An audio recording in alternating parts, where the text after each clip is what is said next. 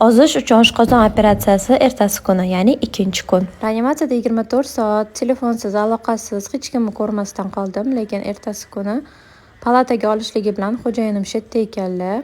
Ko'rib xursand bo'ldim. Keyin meni ko'rgani ketma-ket hamma kelishni boshladi. Hammani videoga ololmadim. O'rtoqlarim, qarindoshlarim, ammamning qizlari даже kechasi bilan yonimda qolishdi. Xullas, ahvolimga keladigan bo'lsak, birinchi kundagi og'riqlar qoldi, lekin ozgina og'riqlar bor edi. Kapelnitsalar oldim, og'riq qoldiruvchi dorilar oldim. Mana shu drenaj hisobiga men 2 buklanib, qiynalib salpal yurdim, lekin ko'p yurib, ozgina suv ichib, o'zimni vasстановлениyaga tayyorlashim kerak ekan. Ishonasizlarmi, shu drenajlarni olib tashlashligi bilan shunaqa o'zimni yengil his qildim. 26-da operatsiya bo'lgan bo'lsam, bugun 28-chисло ertalab.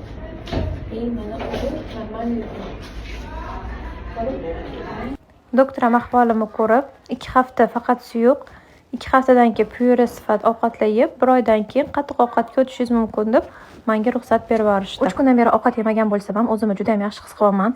Qornim to'q. Endi bu kapelnitsalarning hisobiga ham bo'lishi mumkin.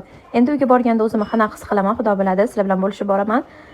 Meni uyga qizim bilan adasi olib ketishdi. Hozir ahvolim yaxshi, xavotir olmanglar. Dalcha nima bo'lishini chestni obzor qilib boraman. Meni kuzatib boringlar. Ozish xohlagan o'rtog'inglarga yuborib, menga obuna bo'linglar.